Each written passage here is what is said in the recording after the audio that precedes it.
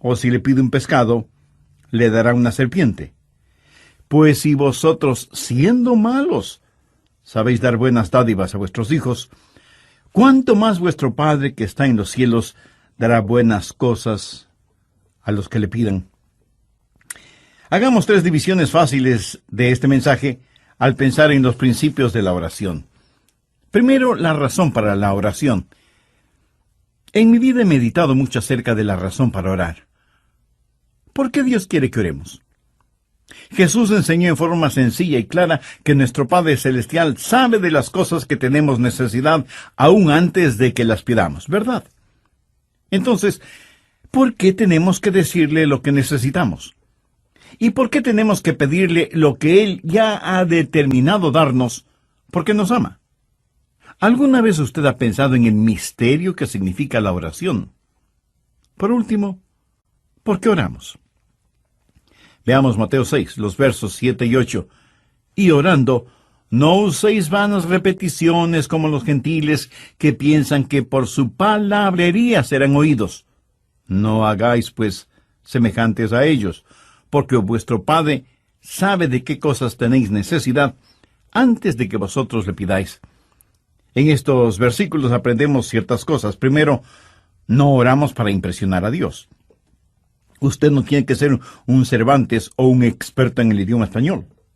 Tampoco tiene que ser un poeta para utilizar un lenguaje florido. Usted, por mucho que se esfuerce, no puede orar para impresionar a Dios. Segundo, usted no ora para informar a Dios, porque el Padre Celestial conoce cuáles son sus necesidades. Tercero, oramos a Dios para invitarle a que trabaje en nuestro corazón y nuestra vida. Y si alguien me pregunta, Pastor, ¿por qué debemos hacer eso? Permítame darle 3 razones para hacerlo. Primero, es lo que yo llamo el factor delicia. Verá, Dios quiere que le amemos y quiere tener comunión con nosotros. Dios puede administrar este universo sin nuestras oraciones. Pero si Él lo hiciera así, usted y yo no tendríamos el privilegio de trabajar con Él y tener comunión con Él. En el capítulo 15 de Juan, Jesús se refirió a sí mismo como la vid verdadera, y nosotros somos los pámpanos. Y en Juan 15:4, Jesús dijo, permaneced en mí y yo en vosotros. Como el pámpano no puede llevar fruto por sí mismo si no permanece en la vid, así tampoco vosotros si no permanecéis en mí. Jesús está haciendo énfasis en la realidad y la necesidad que tenemos de permanecer en Él, porque sin Él nada podemos hacer. Y en el verso 7 Jesús dijo, si permanecéis en mí y mis palabras permanecen en vosotros, pedid todo lo que queréis y os será hecho. La oración es la manera que tiene Dios de que nos peguemos a Él. Es una manera de que nosotros habitemos en Él y Él en nosotros hasta que tengamos la misma clase de unión, de fusión que existe entre la vid y los pámpanos. Nosotros no lo podemos hacer sin Él y Él no quiere hacerlo sin nosotros. Una vez recibí la llamada del rector de un colegio invitándome a que vaya a dar una serie de mensajes. Yo le dije que me hubiera gustado mucho hacerlo, pero que mi agenda no me lo permitía. Y él me dijo, si le mando un piloto, vendría. Y yo, titubeando, le dije que no estaba seguro. Y me dijo, tenemos un piloto muy bueno, es piloto de un avión jet. Bueno, terminé aceptando la invitación. Y fui al aeropuerto, al lugar señalado. Y sí, ahí estaba el piloto. Pero el avión no era ningún avión jet, sino una pequeña avionetita que parecía de juguete. De todas maneras me subí y me senté junto al piloto rumbo al colegio en donde tenía que hablar. El piloto me preguntó, ¿sabe cómo manejar una avioneta? Y yo le dije que no. Y cuando él me preguntó si me gustaría pilotear esa avioneta, yo le dije que me encantaría. Estábamos sentados muy juntos, lado a lado, y él comenzó a decir, señalando cada cosa, muy bien, esos junto a sus pies son los pedales, Este es el panel de instrumentos, estos son los controles y el volante, y comenzó a decirme que haga esto y eso, y que mueva esta palanca, que empuje este botón, etcétera, etcétera. Y de pronto me doy cuenta que estoy piloteando el avión. ¡Qué emoción tan extraordinaria sentí! Pero quiero decir, sin ninguna sombra de duda, que yo no hubiera podido hacerlo si ese piloto no hubiera estado a mi lado. No lo hubiera podido hacer. Él pudo haber volado esa avioneta sin mí, pero yo no lo hubiera podido hacer sin él.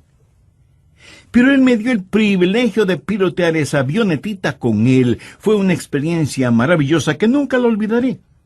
Y mientras volábamos juntos, hubo una especie de unión invisible entre los dos. Invisible, pero tremendamente real y fuerte. Tuvimos comunión. Y yo dependí de él, aprendí de él, y él me permitió compartir la responsabilidad y privilegio de sus deberes.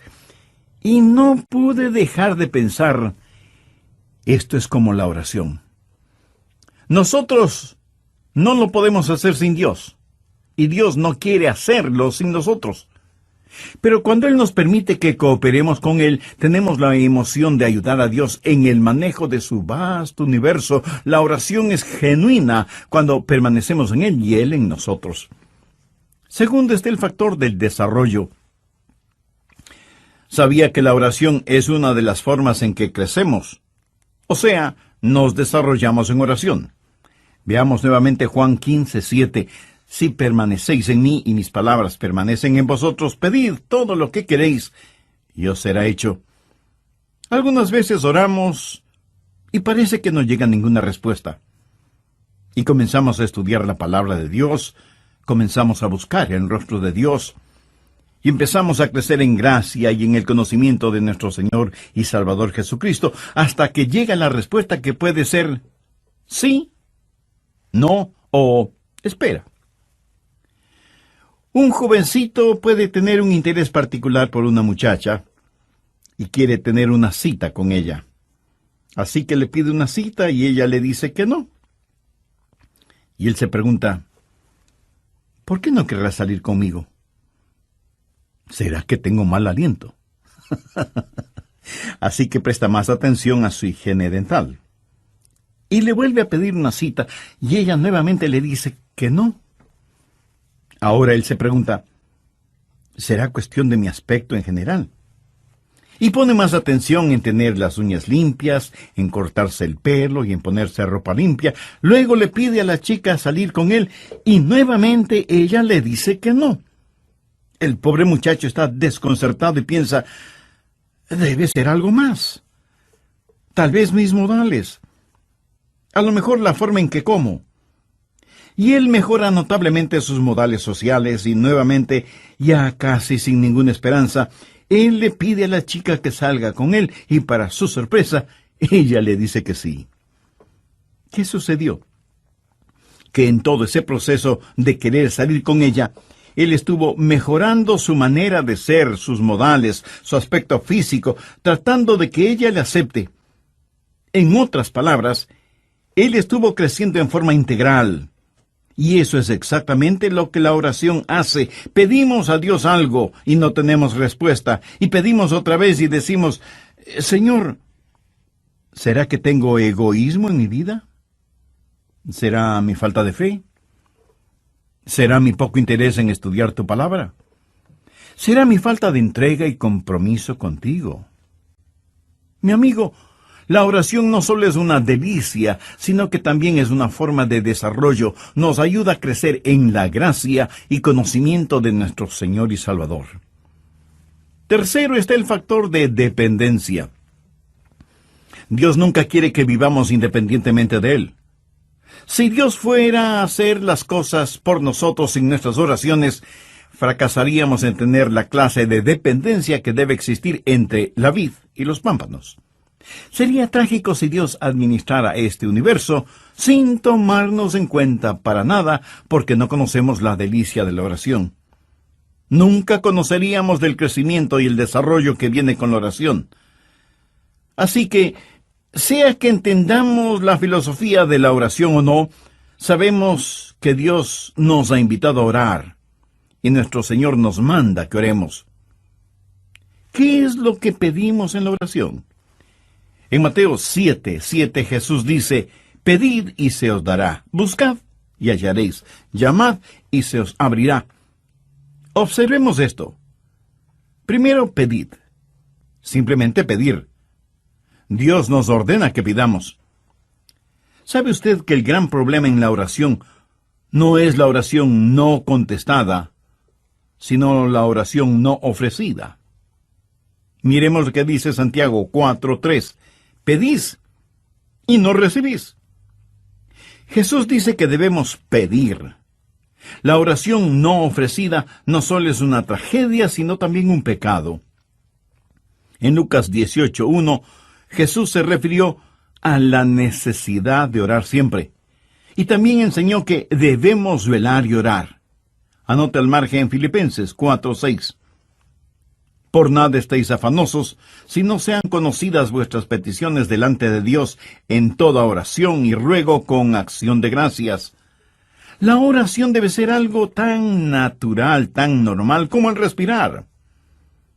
Pablo dijo que debemos orar por todo, porque si le interesa a usted, también le interesa a Dios. Ahora, si usted no puede orar por algo, o sabe que sería erróneo orar por algo, entonces también es erróneo el hacerlo. No divida su vida entre lo secular y lo sagrado. No diga: bueno, oraré si voy a predicar un sermón, pero no tengo que orar cuando voy de pesca. ¿Cree usted que hay algo de malo en orar a Dios cuando va de pesca? ¿O cuando va a jugar su deporte favorito? ¿O cuando invierte tiempo en sus pasatiempos? Años atrás, junto con unos amigos, estuve en Cabo Cañaveral, en la Florida. Estuvimos pescando. No había ido de pesca por mucho tiempo. Tenía mi caña de pescar, mis anzuelos, la carnada, absolutamente todo. Y en el lugar en donde fuimos a pescar, yo estaba un poco lejos de mis amigos, con el agua hasta mis rodillas. Y a la distancia podía escuchar las voces de mis amigos atrapando peces. Y yo no pescaba nada. Y oré y dije: Señor, no estoy pescando nada, mientras que mis amigos aparentemente sí lo están haciendo. Señor, tú sabes que he estado trabajando muy fuerte y que a los tiempos vengo a pescar.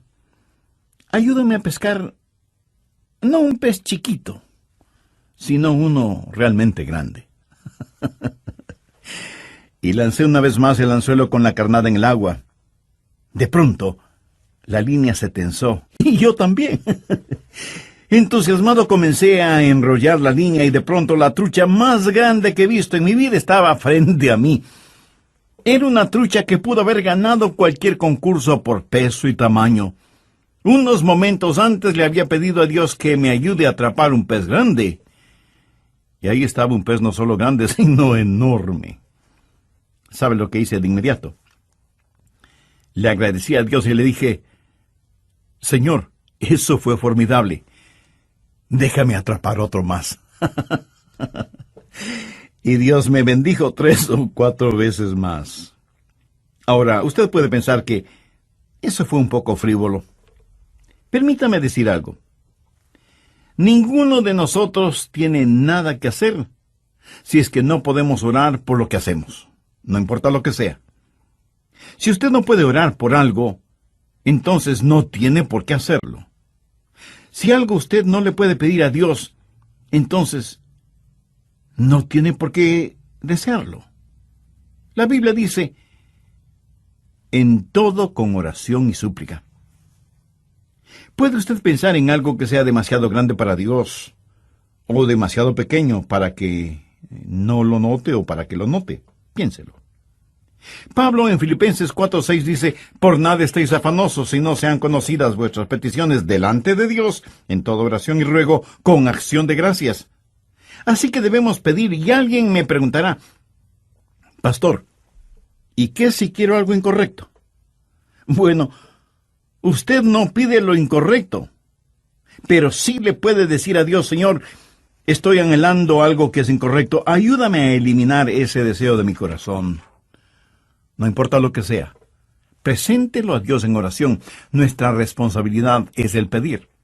La responsabilidad de Dios es el dar, siempre y cuando nuestro pedir sea de acuerdo a su voluntad. Pero no solo debemos pedir, sino que también debemos buscar.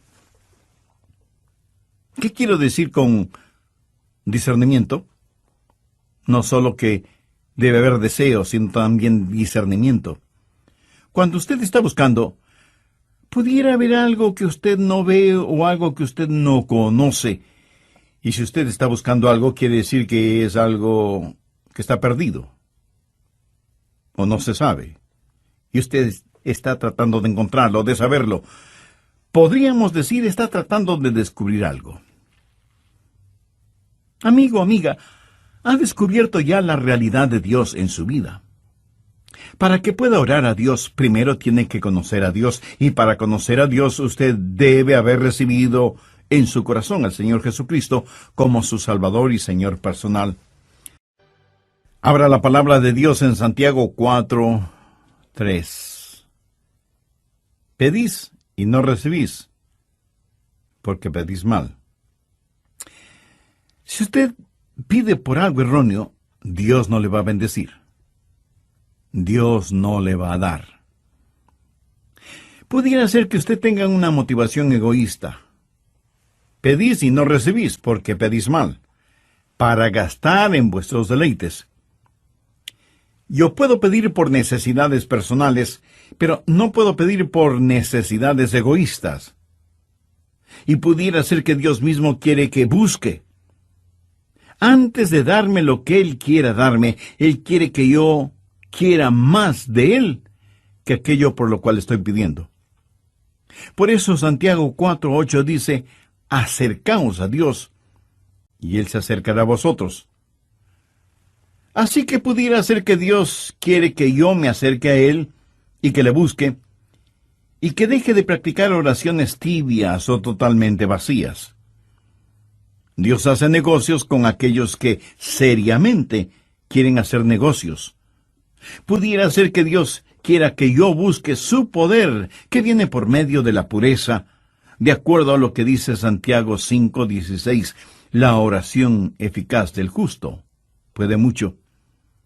Ahora note la progresión: deseo, discernimiento y determinación, pedir, buscar y golpear o llamar. ¿Dónde golpea? En una puerta que está cerrada. Y cuando ora, debe mantenerse orando hasta que se abra la puerta. Eso sí, hay barreras que tenemos que vencer cuando oramos. Golpear. Este verbo está en tiempo presente y literalmente significa mantenerse golpeando. Pero a veces la respuesta de Dios es diferente. Pedimos una cosa y Él nos da otra. Y de hecho, a veces Dios nos niega ciertas cosas. Le pedimos algo y Dios nos dice, no, eso no es bueno para ti. No quiero que lo tengas. Estás pidiendo por un motivo equivocado. Por cierto, en algunas ocasiones la respuesta de Dios puede demorar. Y de eso estoy hablando este momento. Tenemos que golpear y mantenernos golpeando la puerta. Yo sé que esto es un poquito difícil de entender, pero es una verdad bíblica. Voy a tratar de ampliar este asunto de golpear o llamar. Busque Lucas 11:5. Jesús aquí está hablando acerca de la oración, y en Lucas 11:1 los discípulos le dijeron, Señor, enséñanos a orar. En todo esto el tema es la oración. Primero el hombre llamando, golpeando la puerta de su vecino, de su amigo, para pedirle que le preste un poco de pan. Está llamando a la puerta de alguien que conoce y que le ama. Y le dice, tengo una necesidad, tengo visitas inesperadas, pero no tengo nada para darles de comer y me sentiré muy avergonzado si no puedo servirles algo. Préstame 3 panes. ¿Qué es lo que sucedió? Veamos Lucas 11:7. Y aquel respondiendo desde adentro le dice, no me molestes, la puerta ya está cerrada. Pudiera ser que todo esto de la puerta cerrada no signifique gran cosa para usted. Pero en esos días, las cerraduras eran muy complicadas. No era nada fácil el abrir una puerta, y mis niños están conmigo en la cama. No, no había un dormitorio para cada uno. Todos dormían en un mismo cuarto, y el levantarse significaba que todos lo hicieran. Y en la misma casa guardaban a los animales, los que también podían despertarse. Y los perros, los propios y los del vecino, comenzarían a ladrar. Por eso el hombre le contestó: «No puedo hacerte este favor, lo siento mucho». Ahora note lo que dice el verso 8. «Os digo que aunque no se levante a dárselo por ser su amigo, sin embargo, por su inoportunidad se levantará y le dará todo lo que necesite. Y yo os digo, pedid y se os dará. Buscad y hallaréis. Llamad y se os abrirá». Usted pide, ese es su deseo. Usted busca, eso es discernimiento. Usted llama, eso es determinación. Ahora, sea que usted esté de acuerdo o no, sea que lo entienda o no, amigo, usted tiene que llamar a las puertas del cielo y a veces tiene que persistir en llamar para que sus oraciones sean contestadas.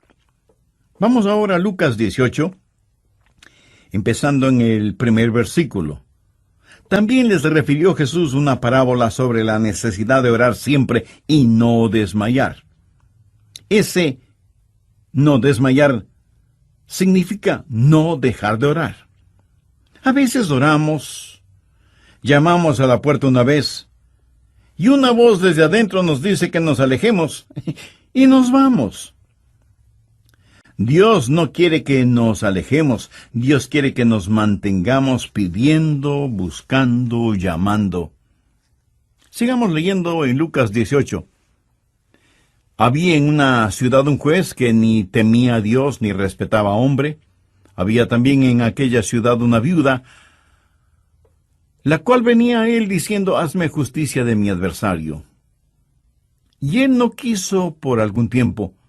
Pero después de esto dijo dentro de sí: «Aunque ni temo a Dios ni tengo respeto a hombre, sin embargo, porque esta viuda me es molesta, le haré justicia, no sea que viniendo de continuo me agote la paciencia». Y el Señor dijo: «Oíd lo que dijo el juez injusto. ¿Y acaso Dios no hará justicia a sus escogidos que claman a Él de día y de noche? ¿Se tardará en responderles?». Usted me pregunta: «Pastor, ¿por qué Dios se queda en la cama y no se levanta a abrir la puerta de inmediato? ¿Por qué no me hace justicia frente a mi adversario ahora mismo?». Porque Dios hace negocios con los que quieren hacer negocio. Y Jesús dijo que debemos mantenernos llamando, cualquiera que sea la razón. Necesitamos entender que la Biblia dice: «Por lo tanto, el Señor esperará para ser misericordioso contigo». En Mateo 15 tenemos la historia de una mujer cananea que tenía una hija atormentada por un demonio y le pidió a Jesús que la sanara. Jesús le contestó que él había sido enviado a las ovejas perdidas de la casa de Israel. Y cuando ella, postrándose, le suplicó ayuda, Jesús le dijo: «No está bien tomar el pan de los hijos y echarlo a los perrillos». Oiga, ¿cómo se hubiera sentido usted? Suponga que usted tuviera una hija poseída por el diablo. Usted se acerca a este hombre que supuestamente es el Salvador y el Señor del universo, este que dicen está lleno de compasión, y él le dice: «Perro, aléjate de mí. Yo solo he venido a salvar a las ovejas perdidas de la casa de Israel. No tengo nada que ver contigo. Eres un paria». ¿Qué hubiera hecho usted? ¿Sabe lo que esa mujer contestó? Ella le dijo a Jesús: «Señor, tienes razón. Yo no merezco absolutamente nada. pero aún los perrillos comen de las migajas que caen de la mesa de sus amos. Entonces respondiendo Jesús dijo: Oh mujer, grande es tu fe. Hágase contigo como quieres. Y su hija fue sanada desde aquella hora. Tal vez alguien me pregunte: Pastor, ¿por qué está comparando a Dios con un vecino egoísta? ¿Por qué está comparando a Dios con un juez injusto? ¿Por qué le compara con una persona intolerante? Recuerde que lo relatado en Mateo 15 son acciones y palabras de Jesús. Pero Jesús no está diciendo que Dios es un juez injusto, o que es un vecino egoísta, o que no tiene respeto por las personas. Pero lo que la Biblia enseña es que necesitamos persistir en la oración. Necesitamos pedir si es que queremos recibir, y necesitamos buscar. ¿Hay algo que Dios está tratando de enseñarnos aquí? ¿Hay alguna pieza en este rompecabezas que no necesitamos? Y cuando pedimos y cuando buscamos, entonces llamamos y seguimos llamando. En Primera de Reyes 18, Elías oró y cerró las fuentes de los cielos, y no llovió sobre la tierra por algunos años. Y luego Dios le dice a Elías que vaya donde el rey Acab y le diga que la lluvia vendrá. Leamos desde el verso 41 de Primera de Reyes 18.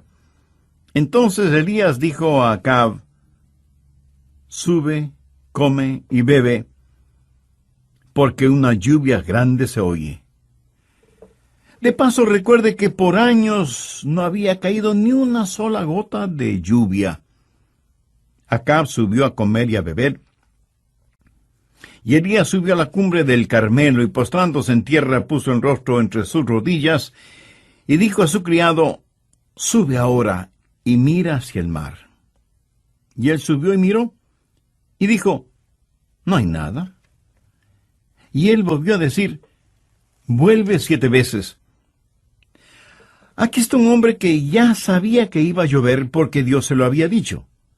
Pero él ora no solo una vez, sino 7 veces. Y a la 7ª vez su criado le dijo: Yo veo una pequeña nube como la palma de la mano de un hombre que sube del mar.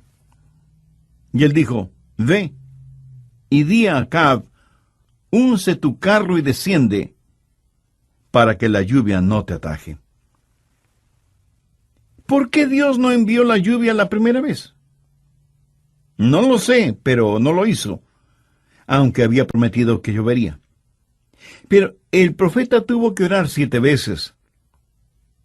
Demoras no son negociaciones, demoras no son negaciones.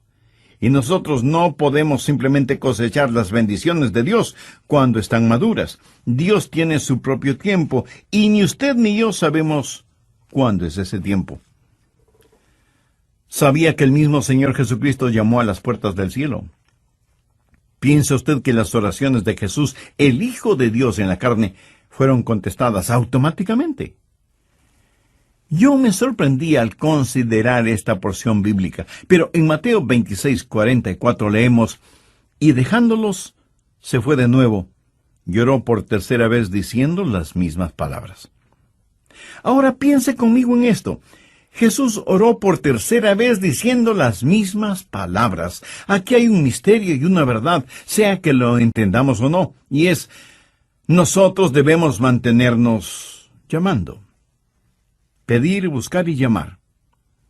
Y si alguien me pregunta: Pastor, ¿hay un momento cuando dejamos de llamar? Por supuesto que sí. Cuando la puerta se abre.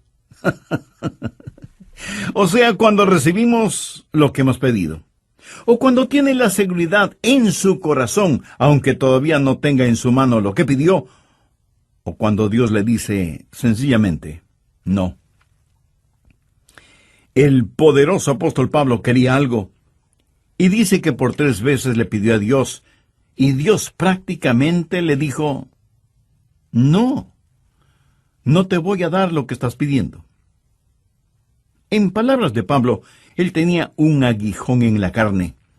Y en 2 de Corintios 12:8 dice, respecto a lo cual 3 veces he rogado al Señor que lo quite de mí. Pero Dios le dijo, Pablo, escucha, no te voy a dar lo que me pides, pero en cambio, te voy a dar de mi gracia. Y Pablo dejó de llamar. Él no oró una 4ª vez al respecto. ¿Cuándo usted deja de orar? Cuando la puerta se abre y usted tiene lo que ha pedido, o cuando lo tiene en su corazón y Dios le da esa seguridad. Hay una necesidad por la cual usted pide, hay un discernimiento que usted busca y hay una determinación a la que usted llama. Creo que muchos de nosotros no somos persistentes en la oración. Permítame decir algo más sobre este llamar. En un sentido, usted puede decir que Dios contesta todas las oraciones. Algunas veces su respuesta es sí. ¿Alguna vez usted le ha pedido algo a Dios y Él le ha concedido eso casi de inmediato? Estoy seguro que muchos de ustedes habrán sido bendecidos de esa manera.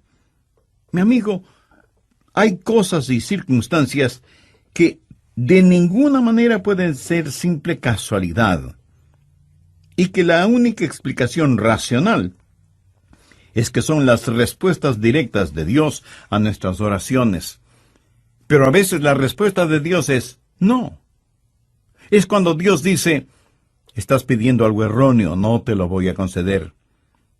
Recuerde que Dios lo sabe todo, y aunque usted piense que lo que está pidiendo es bueno, Dios sabe que no lo es, y por eso no se lo da. En tal caso, no se enoje con Dios, más bien agradezca a Dios.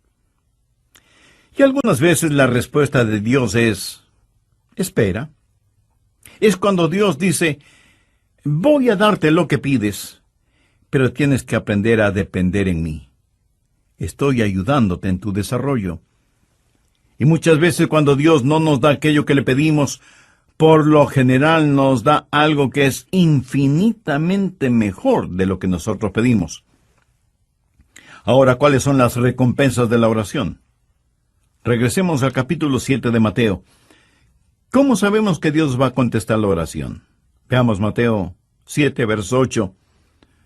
Porque todo aquel que pide, recibe, y el que busca, halla, y al que llama, se le abrirá. Si usted pide con fe, si usted busca con discernimiento, y si usted es persistente, sus oraciones serán contestadas. Y Jesús ilustra esta verdad. ¡Qué gran maestro fue Jesús!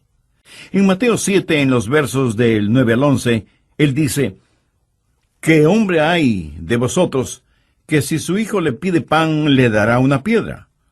¿O si le pide un pescado, le dará una serpiente? Pues si vosotros, siendo malos, sabéis dar buenas dádivas a vuestros hijos, ¿cuánto más vuestro Padre que está en los cielos dará buenas cosas a los que le pidan? Ahora, ¿por qué debemos tener la seguridad de que Dios va a contestar nuestras oraciones? Porque Dios es bueno. Vean la lógica de Jesús. Si aún los hombres malos cuidan de sus hijos, ¿no es mucho más razonable el esperar que un Dios bueno conteste las oraciones de sus hijos? Y no solamente que Dios es bueno, sino que además es un Dios sabio. Dios jamás le dará a usted algo que le haga daño. Dios jamás le dará piedras en lugar de pan. Él nos dará lo que quiera darnos, porque es sabio. Pero Dios no solamente es bueno y sabio, sino que por sobre todas las cosas, Dios es amor.